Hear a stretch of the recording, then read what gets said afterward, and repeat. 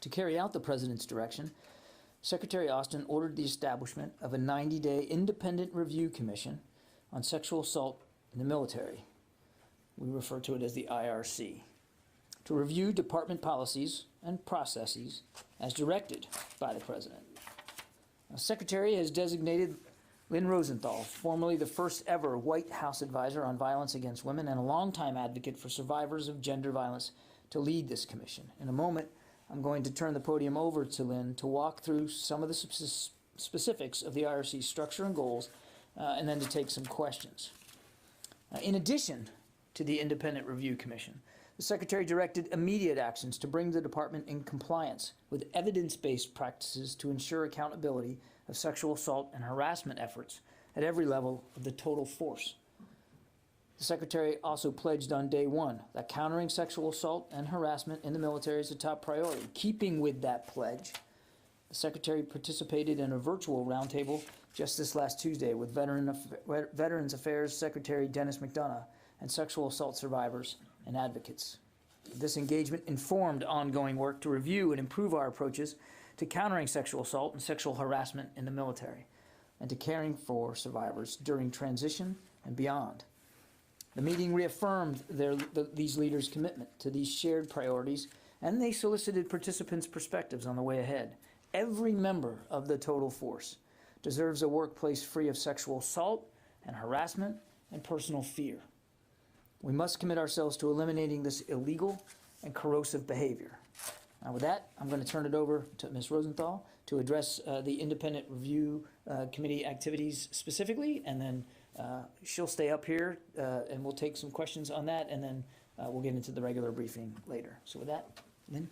Thank you. Good afternoon. This effort, this commission, is dedicated to those service members who've suffered from sexual assault, both those who have come forward and shared their stories at great personal cost, and those who've suffered in silence and who continue to suffer in silence alone, and also at great cost. The trauma and life-altering effects of sexual assault are devastating in any context.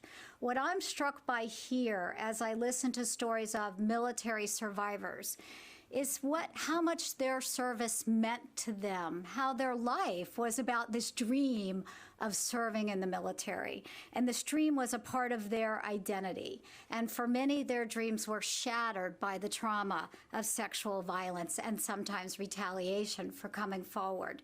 This must end.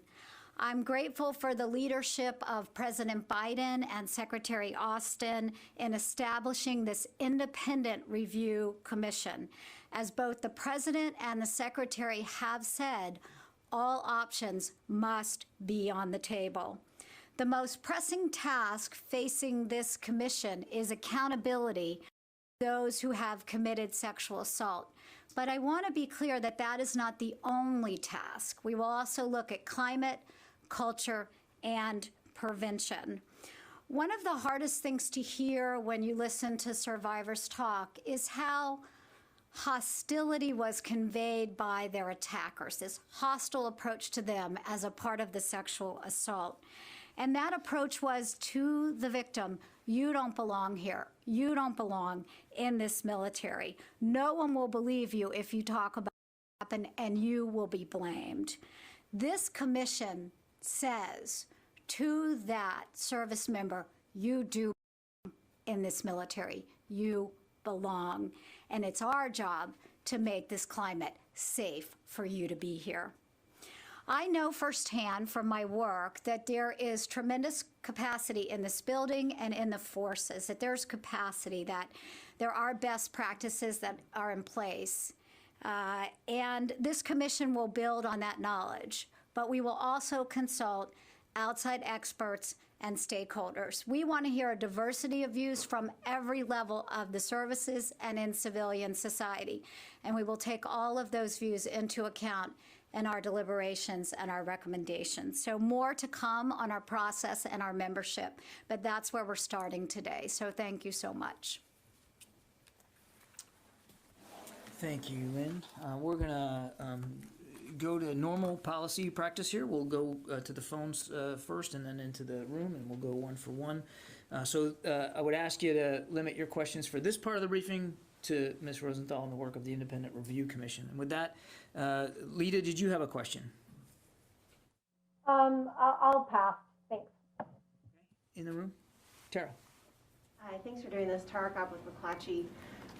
What we've seen in past sexual assault reporting incidents is that sometimes the very people on base that these victims are having to report to are sometimes the ones perpetrating these attacks. And there's been a call time and time again for there to be a counselor on base or a civilian on base, an independent civilian for military report to. And just wondering if that will be one of the things you take into account. I think we'll look closely at that, and I've seen that recommendations in the previous report. So I think that's what we mean by all options are on the table. We want to think creatively about that, and we want to hear from service members about what it is that they think would make the climate safer for them.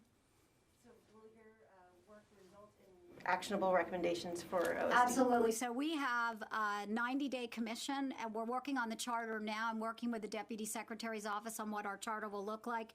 Within 60 days, we'll have some initial recommendations, particularly on the accountability issue, and within 90 days, we'll complete the work of the commission. But I also know that that's just the first step for the Secretary. I think the Secretary is our greatest asset in fighting this problem. He gets it so deeply. He cares about it so much. He cares about his service members. And so the commission ends in 90 days, but the implementation of the recommendations will certainly continue. In the back there? Hi there, Nick Schifrin from PBS NewsHour. Can you talk a little bit more about the commission itself? I know it's early, but are your members going to be from this building, or are they all going to be from outside? And to Tara's point, one of the main things, as you know, that advocates call for is the removal of commanders from the adjudication process. Is that idea just an option, or is that idea part of the charter itself? Well, the President and the Secretary have said that all options should be on the table. I don't think we have a predetermined outcome of this question, which we must very carefully examine. And the membership of the commission will be made up of military leaders, former leaders, sexual assault advocates, and sexual assault experts. So it'll be both internal and external, and we hope to have a very dynamic process. And I don't think we need to be afraid of a diversity of views. That is part of this conversation, and we need not fear it, and especially because the Secretary has invited that kind of inquiry. On the phones, Aaron Maida, Defense News. I got nothing for this one, but one for later. Thanks. Okay. In the room? Yes, ma'am. Hi, Caitlin Kenny with Stars and Stripes. I know this is very early, but I have a question to follow up. For the Secretary, do you believe that he may be taking some of the recommendations that you may have along the way, like immediately, or do you think he's going to be waiting until the recommendations are all out there? Or do you think that he'll actually take what you guys come up with and immediately act on it? Well, he's already taking immediate action, so I know that's the case. And I think if we identify something that needs to be fixed right away, and those may be out there where we feel that service members are in jeopardy, I think he would take immediate action. I mean, I can't speak for him at this point, but I think that he's so devoted to making sure that we're protecting service members that if something needed to be done right away, he would make sure that it happened. Okay, and I guess after this commission, I know you talked about this is the first step. How do you make some of these recommendations part of the military culture, a movement for everyone from, you know, the basic trainee all the way up to the Secretary, I guess? That's the core question. That's what the commission will be charged with. That's a great way to put it. Laura Seligman, Politico. Hey, John, no questions on this, but I'll have a question later. Thanks. Yeah, Megan, in the back. So as part of the commission, are there going to be teams traveling around and doing sensing sessions or doing interviews with service members where there'll be a place online where someone can put in their suggestions or share their stories? How can service members get to you guys and tell you what they want? That's absolutely what we want to do. So we're working on what that process would be now. So I envision that part of it will be online. We want to hear from as many people as we can about their experiences. So we're working on that process now. And I'm not sure. I think that there will be some travel because there are places we're going to want to go and visit and see, particularly if we identify something that's really working where the metrics show that they're moving the needle. I think we're going to want to go see that. So I think we'll do all of what you just described. Okay, any other? Yeah. Helene. Are you going to be talking to Senator Kirsten Gillibrand's office? As you know, she's pushed very hard to have this taken out of the military chain of command, and the Pentagon has pushed in the other direction, but there are a lot of critics who think you can't really do anything about this until you at least do that. Where do you, A, are you going to be talking to her, including her office, in this commission, and B, where do you stand on that? Well, we're absolutely engaged in outreach to members of Congress, and particularly Senator Gillibrand, who has so much capacity in thinking about this, and I've spoken with her about it over the years, so I'm very familiar. And as I described, we don't have a predetermined outcome. I think that accountability is critical. I absolutely believe that. I also believe that these pillars intersect with each other, so without a clear pathway for accountability, the work we want to do on prevention will be completely undermined. And by the same token, we could address that one issue of the chain of command, and if we don't do all of the other things, that's not going to work either. So I believe this, and I've expressed this view before, that all of this travels together. So I think we're going to look with an open mind and diverse views on this question of the chain of command, without a doubt. And the Secretary has said that himself. Okay, any other questions in the room? Okay, ma'am? Thank We'll you. cut you loose. Thank you you. so much.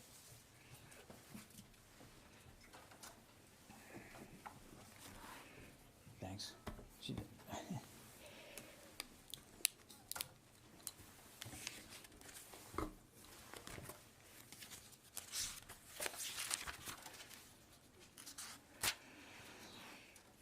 Okay.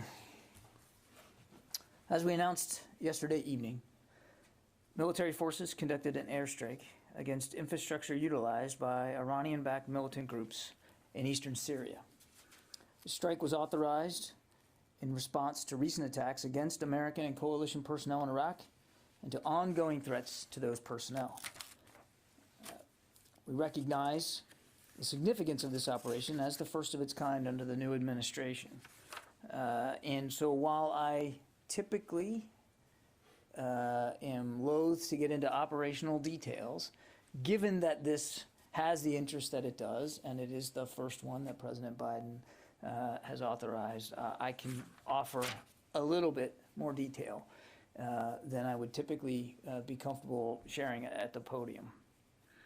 2 F-15E Strike Eagles dropped 7 precision-guided munitions, totally destroying 9 facilities and partially destroying 2 facilities, making them functionally destroyed. The structures were located at the Abu Kamal terrorist entry control point, located near the Syria-Iraq border on the Syrian side. This location is known to facilitate Iranian-aligned militia group activity. We have preliminary details about casualties on site, but I won't be able to discuss additional details at this time because our battle damage assessment is ongoing. This response was conducted together with diplomatic measures, including consultation with coalition partners. The department notified congressional leadership before the strikes. Administration officials have been briefing at the member and staff level today, and there will be a full classified briefing early next week. As we made clear last night, and I think through President Biden's order, he made clear that the United States will act to protect American and coalition personnel and our security interests in the region. Moving on.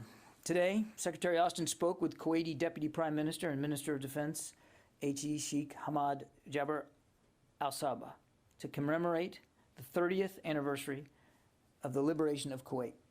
The Secretary acknowledged the Kuwaitis and Americans who have bravely fought side by side to restore Kuwait's territorial integrity and respect for its sovereignty alongside the largest coalition the world had seen since World War II.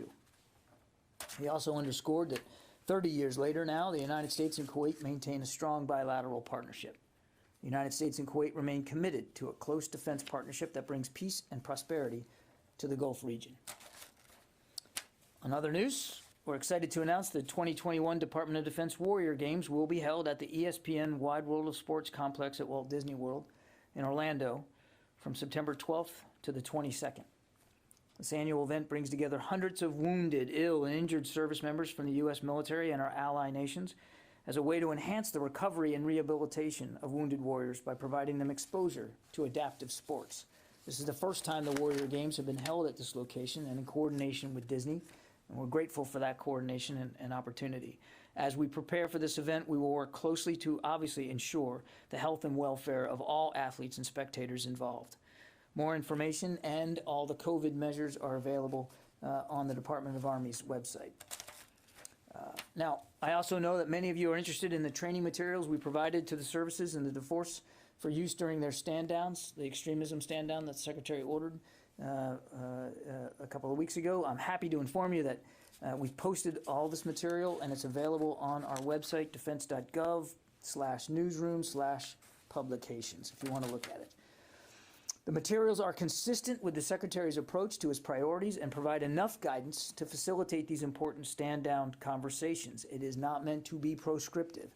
It is not meant to be all-inclusive. We want services, we want commands, we want leaders to conduct these stand-downs in the way they see best fit for their schedule, their operations, their culture, their people. Services and components are and will continue to provide additional information that enable commanders to address this issue in greater detail with their units. I can also announce that our new Deputy Secretary of Defense, Kathleen Hicks, will join the Twitter sphere today, and her handle is @DepSecDef, DEPSECDEF. So please feel free to follow her on Twitter. And finally, I need to correct something that I said during the Tuesday press gaggle. There is no change to U.S. policy regarding the sovereignty of the Senkaku Islands. As President Biden underscored in his call with Prime Minister Suga, Secretary Blinken reaffirmed in his call with Foreign Minister Motegi, and Secretary Austin further reaffirmed in his call with Defense Minister Kishi. The United States is unwavering in its commitment to the defense of Japan under Article 5 of our security treaty, which includes the Senkaku Islands. The United States opposes any unilateral action that seeks to change the status quo.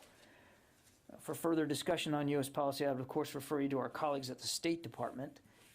But I do regret my error the other day. That was on me, and I apologize for any confusion that caused. Okay, let's get to questions.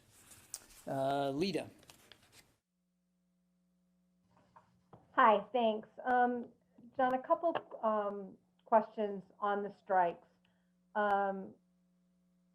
Can you say whether or not there was any imminent threat coming from those facilities that were hit versus just a sort of a retaliatory strike against something they had? There's been some reporting that there were trucks hit. Was it just buildings? And was it like a weapons? Were there weapons or something there that so to prevent future attacks? And then just one quick thing on Congress.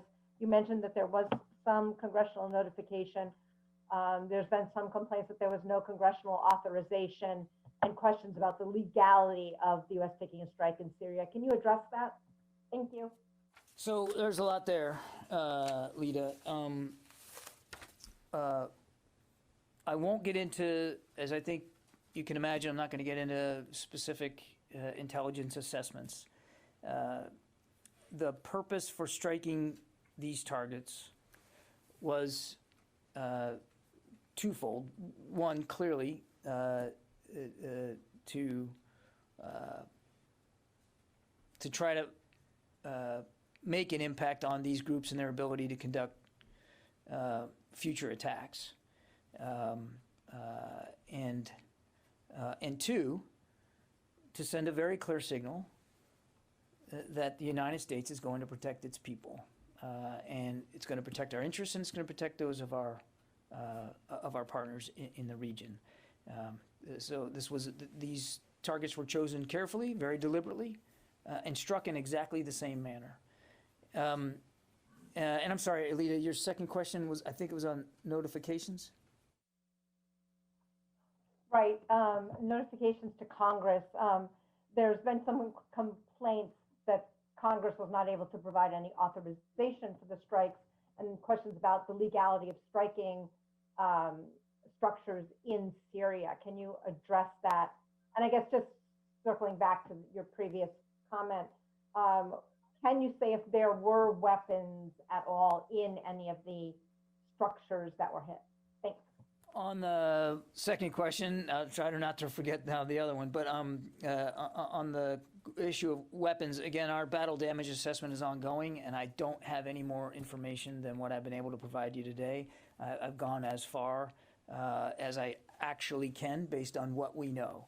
And to the degree we are able to share additional information, we will, but I also caution you to understand that there's going to be a limit to how much more information we may be able to provide.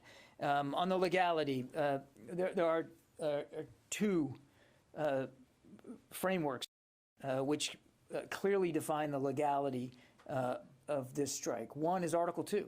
The Commander-in-Chief under Article 2 has not only the authority but the obligation to protect American forces in combat theaters and in operations, military operations.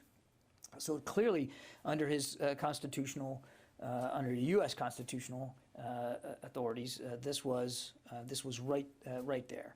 And then second, under Article 51 of the United Nations, international law it gives nations involved in operations the right of self-defense. And as I said at the very outset, this really was a defensive strike meant to help protect in the future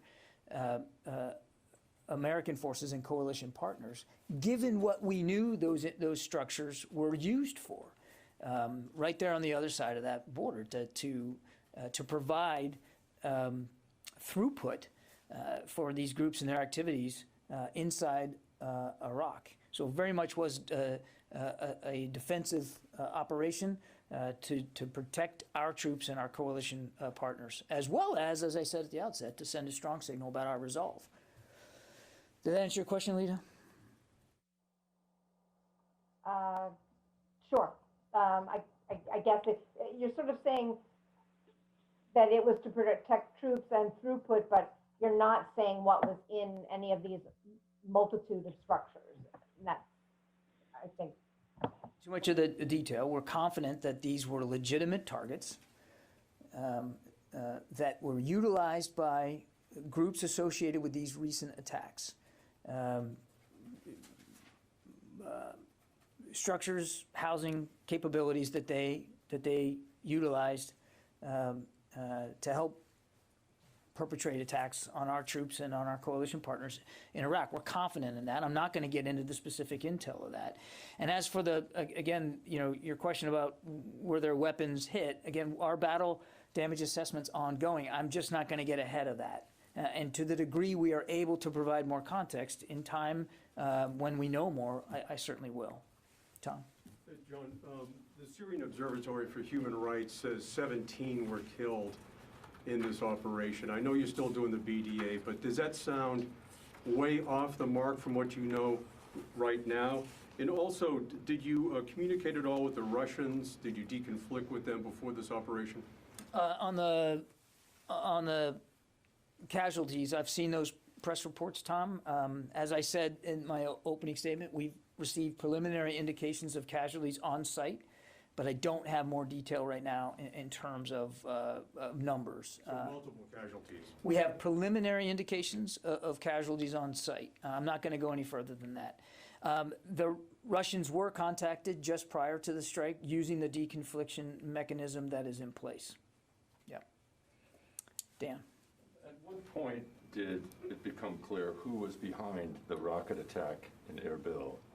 And then how long did it take you to sort of decide on the target and carry out the operation? And also, were the other rocket attacks at the Balad Air Base and the Green Zone afterward, were those also linked to those same groups? Well, when we referred to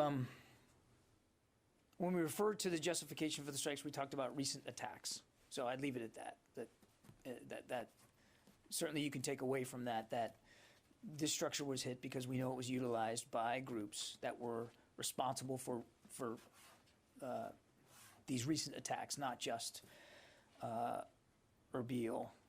And as for the TikTok that you're asking, I don't have that level of specificity, except to say that, and you heard the Secretary talk about this last week, that the Iraqi partners were conducting an investigation, and he said last night that some of the information they gleaned, what they learned from that, certainly was of significant assistance and our ability to develop this target set.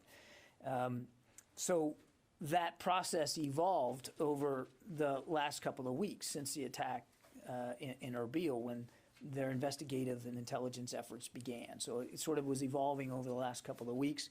I don't know, I can't give you a date certain, Dan, when all of a sudden the light bulb went on and we knew, these were the groups and this is what we were gonna do. But I can tell you that the president himself authorized this yesterday morning. Let me go to the phones. Louis Martinez, ABC. Hey, John. Last night on the plane, Secretary Austin talked about the importance of having the Iraqis conduct the investigation. He talked about encouraging them to conduct this investigation. Can you address that? And also the level of involvement that the U.S. had in nailing down the linkage between these militia groups and these attacks, and how much was relying on the Iraqis and how much was relying on U.S. intelligence? Thank you. It was very much, Louis. The Secretary was very sincere when he praised our Iraqi partners for their intelligence work that they did. I won't speak for them. That wouldn't be appropriate. But there was some very good work done on the intelligence side that helped lead to these successful strikes. And as I think he said, we offered support and assistance. We were able to provide some information to their investigative process that helped.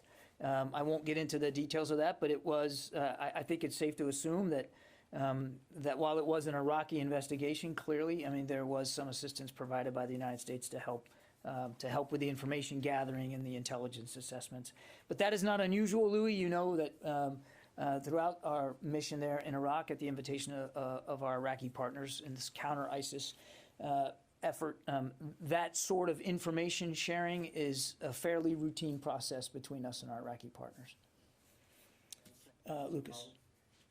Can you clear something up, John? The Iraqi military is saying today that they did not help in these U.S. strikes in eastern Syria, that they only helped the U.S. military when it comes to striking ISIS. Who's right here? I don't think there's a split here, Lucas. It is true that the mission inside Iraq is a counter-ISIS effort. This mission didn't take place in Iraq. It took place in Syria. And as the Secretary said last night, the Iraqis were critical. The Iraqi and Kurdish partners were critical in their investigative process and the things they learned and the intelligence assessments that they were able to provide to the process in terms of assisting our targeting. So when the Secretary says the Iraqis were, quote, very helpful to us, that's the investigation into the Iraq attack, not in the targeting. That's correct. In eastern Syria. That's correct. That is correct. Yeah. Thank you for clearing that up. Nick? Can I go back to attribution? I've been told that it's been made more difficult since Soleimani and Mohandis's death. These groups are a little more gray in terms of who they are and their control. So can you just go into a little bit more detail on why you're so confident this group or groups was behind it and that Iran is behind those groups, and then follow that, what is the message the strike sends to Iran?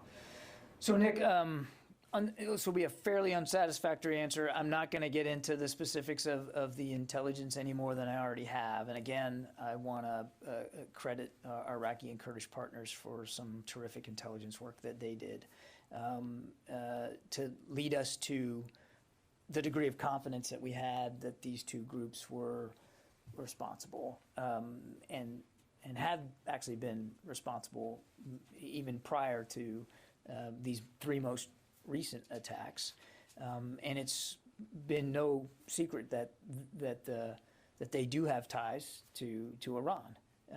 That's I think a long-standing understanding that we that we have. And I'm sorry, you had another one. And what's the message the strike sends to Iran? I think the strike sends a message to anyone in the region, to all adversaries in the region, people that, organizations, people, leaders that are operating in ways that are inimical to security and stability of the region, and to our interests and to those of our partners, that we will defend ourselves. That we will protect our interests. We're certainly going to act to protect our people and the forces of our allies and partners. That is an unambiguous, clear message to anyone in the region about what the stakes are if you're going to continue to conduct attacks on our people and the Iraqi people. Let me go to the phones again. Idris? Hey, John. Just wanted some clarification on the Iraqis and what role they played. So I might have misheard, but I think you said they helped sort of with some targeting data. But the Iraqis say they didn't exchange any information about the targets within Syria. Could you just, again, help me explain what the Iraqis exactly did with regards to the strike? That they helped with targeting data. In fact, my answer to Lucas was quite to the opposite point. I did not say that they helped with targeting. What I did say, and what the Secretary said last night, is that through their investigative process and through their own good intelligence work, it was able to help us better determine who was responsible for these attacks, what groups were responsible for these attacks, and then that helped us, that gave us the ability to do the targeting process and to determine what would be the best set of targets for this particular circumstance for these strikes. But they're correct when they say they did not assist in the targeting process. Christina, good to see you. Good to see you too. So two questions, one Iraq related, one non-Iraq related. First, can you explain the thinking behind striking in Syria versus Iraq, where the rocket attacks were believed to have come from, and I'll address the second one later. So I think I'd worry less about the geography and more about the function, right? And these structures, again, we had information that we believe gave us confidence that these structures, this site, this compound, because all the buildings were on a single compound, were being used by these groups to facilitate the movement of resources, material, and weaponry into Iraq to conduct the attack. So it was really more that than than the map. Do you have another question? Yes.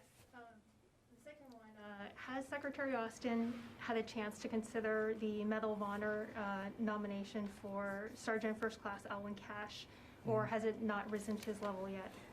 I'm going to take that question. I don't believe it has, that package has gotten that far in the process, but I don't know that for sure, so let me take that question. Dan Segalin on the phone? No, I'm good. Nick asked a question for us. Okay. I guess I should have thought of that. Sorry, Nick. Missy Ryan, Washington Post.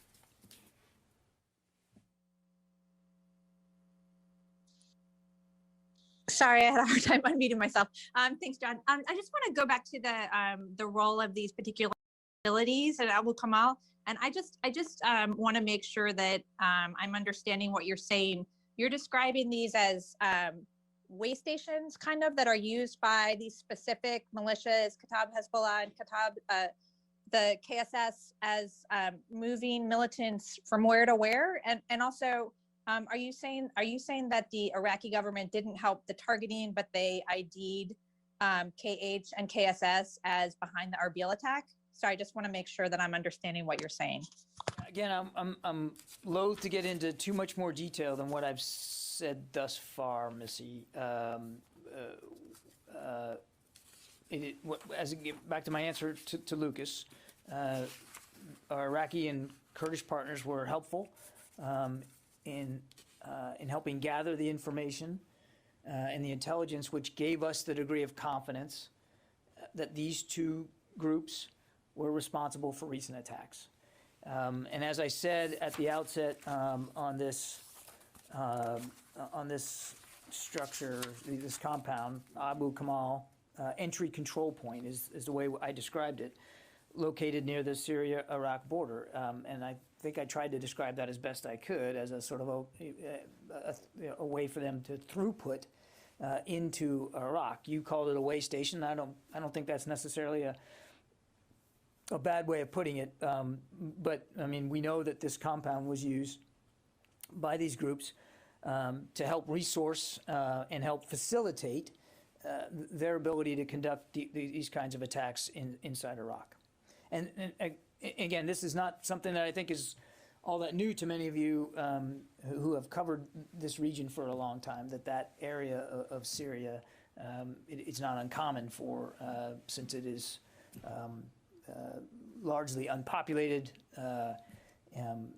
very austere environment, that groups like these, in fact, and ISIS used to significantly use that area of Syria as way stations, training facilities, weapons caches, places to make possible the attacks that they were doing in Iraq. And again, I think that's in keeping with what we understood about this compound.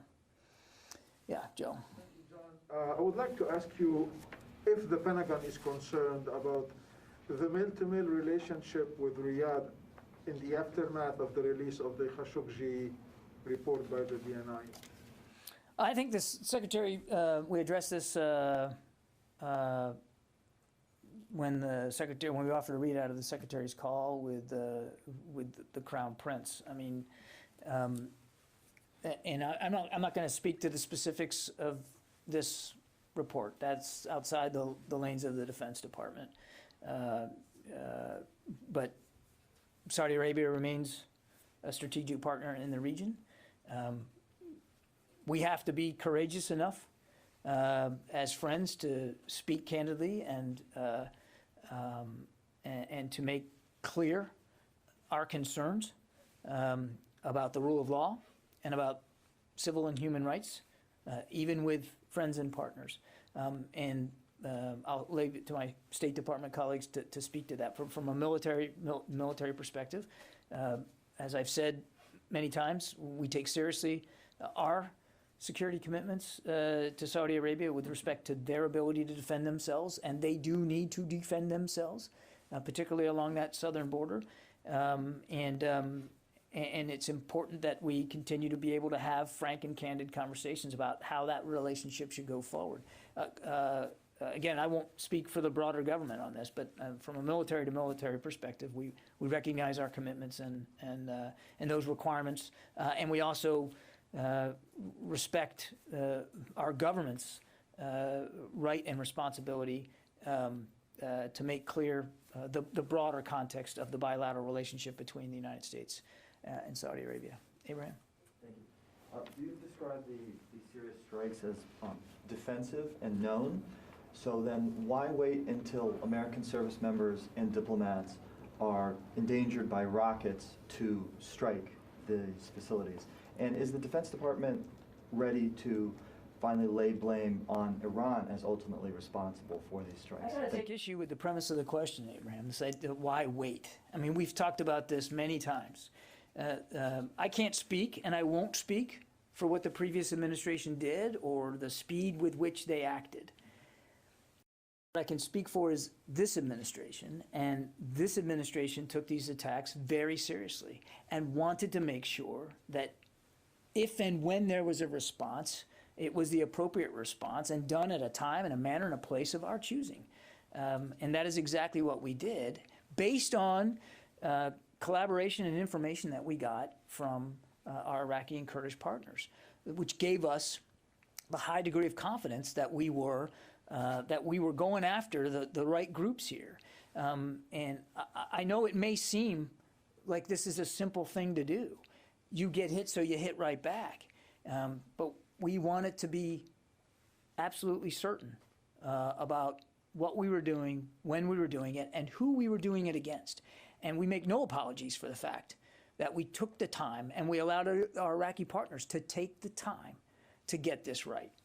And then your second question was? Are you ready? Is the Department of Defense ready to lay blame on Iran as ultimately responsible? I think we have been very clear since the beginning about our concerns over what Iran has been doing in the region and their malign activities, and to include their support for these militia groups who continue to attack our interest and our people, as well as the other things they're doing in the region. There's been no walking back from that. Let me go to the phone here. Laura, you had a question, Laura Sullivan? Yes, I did. Thank you, John. So two related questions. One, can you talk a little bit more about what other options were considered? Was it discussed targeting additional facilities, and what was the reason for not going with sort of a more aggressive response?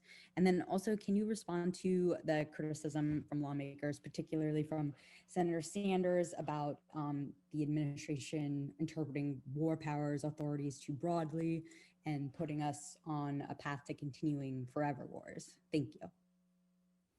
Okay. So your first question, again, I won't get into discussing here from the podium the decision-making process and the range of options that the Commander-in-Chief had before him to choose. What I will say is, as I said at the outset, we believe that this was a deliberate and proportionate attack, a strike on infrastructure that we know was being utilized by the groups responsible for these recent attacks. There was a high degree of confidence that those were the right groups, and that that hitting this compound was the right approach. There's but I won't get into speculating about other options that might or might not have been considered. As for the comments about the War Powers Act and forever wars, I think President Biden has been nothing but clear, as Secretary Austin has been nothing but clear, that we know we want to end these quote-unquote forever wars.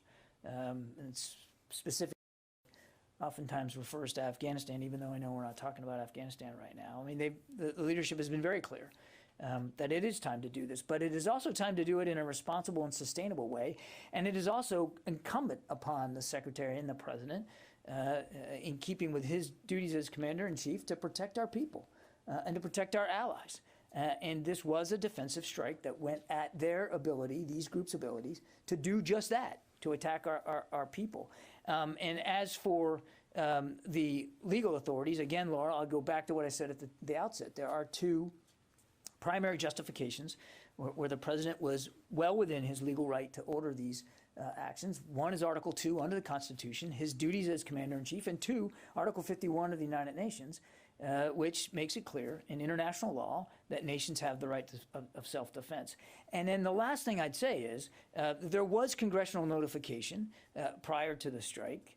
And as I also said at the outset, congressional briefings and the provision of information, including a classified briefing, will be done later this week. That's ongoing.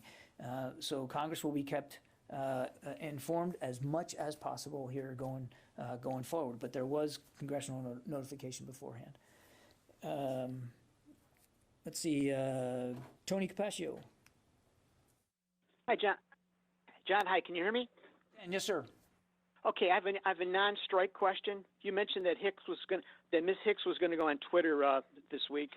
Can you talk a little bit about her February 17th memo to the services on her reviews for the 22 budget process? Does this essentially kick off the 22 process for the Austin Pentagon? When does she expect these reviews to be completed? And does the memo actually constitute a Hicks hit list of programs likely to be reduced in the 22 plan versus the current budget plan left by the last administration? Thanks, Tony. I think you can understand I'm not going to speak to internal pre-decisional documents, regardless of the fact that some of them have found themselves in the public domain, counter to what their purpose is. All I would say, Tony, is the deputy does remain and has since literally her first day in the building, has remained focused on preparing the department's FY22 budget submission. OMB controls the timeline for that. You know that better than anybody, Tony. I'm not going to get ahead of any specifics, and I'm certainly not going to preview any details inside that budget in terms of programmatic decisions. Just to say again that the deputy secretary is focused on this in a very concerted way. She's already had several meetings with key leaders here in the Pentagon, and I think you're going to see that energy continue here throughout the spring. And when we have something that we can specifically, we'll do that. But right now, for this administration, the process is in its nascent phase, and I want to respect the secretary and the deputy secretary's ability to make decisions in their own time. Jenny? I have a question about the North Korean nuclear issues. Recently, the Secretary of State Blinken has mentioned that the priority is to resolve North Korea issues as much as missile launches and also WMD, weapons of mass destruction in North Korea. Will the DoD, Department of Defense, implement a strong policy toward North Korea, or will it be pursued for diplomatic support? Which one DoD decisions? Well, won't get ahead of the State Department and their approach. As Secretary Austin has said, literally from even before he was confirmed, that he believes our job here at the Defense Department is to support the work of diplomacy. And the President's been very clear that he wants diplomats in the lead, and we're supportive of that here at the Defense Department. But North Korea's continued development of ballistic missiles and weapons of mass destruction represents a threat to U.S. interest and the security of our allies and partners. We anticipate a review of the U.S. government's entire approach to North Korea, and of course, the Department of Defense is going to support that review. We'll have a role in that, we'll have a voice in that, and we'll take that seriously. In the near time, we're going to work in close coordination with our allies and partners to seek to deter negative behavior from North Korea. And as you and I have talked about many times, I mean, that includes strengthening the alliance with the Republic of Korea, which we believe is a linchpin of security in the region, and that also means working closely with our South Korean allies on making sure that our two militaries have the capabilities and the readiness to defend our interests on the peninsula. Okay, I got time for a couple more. Yeah. Okay. For the strike, what was like the goal of it in terms of taking out this specific location? Was it trying to stop that capability from ever being used again? Was it trying to really set back those groups from operating? Or was it just, and did you accomplish that goal? So the battle damage assessment is ongoing. But as I said in my outset, the 9 structures destroyed, we're pretty confident that even the ones that weren't totally destroyed are going to be extremely difficult for these groups to use again, and many of them they won't be able to use again. But again, I don't want to get ahead of the battle damage assessment. We'll learn more in coming hours and days. But to your broader question, and I apologize if I didn't make this clear at the outset, but this was very much about hitting a compound, structures, facilities that we know belong to these two groups, or that these two groups used those facilities to enhance and enable their operations inside Iraq. So very much was about taking away a capability. And now we're going to, obviously we'll see how, we'll see to what degree there's a reaction to that. But this was a very deliberate strike on a very deliberate set of targets that we believe are valuable to these groups. Okay, and then on that point, I guess is what I'm getting at is like, was this trying to just stop these facilities from being used, or was this trying to be a bigger thing of really stopping the future actions of this group, like for several months, for years? Like, what was, like, I guess the overall goal? Yeah. Is that they will never ever be able to operate again, or? Fair question. Look, I don't think anybody would argue that this compound alone is the only facility that these two groups have or have access to. Our desire was to remove it from their inventory and to send a strong message about future attacks. Clearly, we want there to be a deterrence message here, delivered straight to them about the repercussions of going after our people and our Iraqi partners and our facilities inside Iraq. Now, we'll have to see, but that was the intent. One more, go ahead. Do you have anything on that explosion that hit the Israeli cargo ship in Gulf of Oman? I do not, no. Paul Shinkman, are you on the phone still? Yeah, hi John, thanks for taking my call. So there's, going back to the question about geography, there's been a lot of discussion about the reason that these strikes were in Syria and not in Iraq is that there was an intention not to give Shia militia in Iraq something to rally behind and to cite further violence. So I suppose my question is the U.S. more willing to strike these kinds of facilities in Syria than it is in Iraq? And then separately, going back to the question about informing foreign countries, Russian Foreign Minister Lavrov this morning said that he said that Russia was given 4 minutes notice before this attack took place and that was negligible, given that I think his phrasing was that the strike was already in the air and that was dangerous. Do you have any response to that? On the first question, again, as I've said before, we believe this target set was relevant to damaging these groups' abilities to operate inside Iraq. And I won't speculate at all about future operations or future decisions with respect to protecting our troops and our people in Iraq. I just won't go there. We're confident that this was a purposeful set of targets that did, to Caitlin's question, accomplish two things.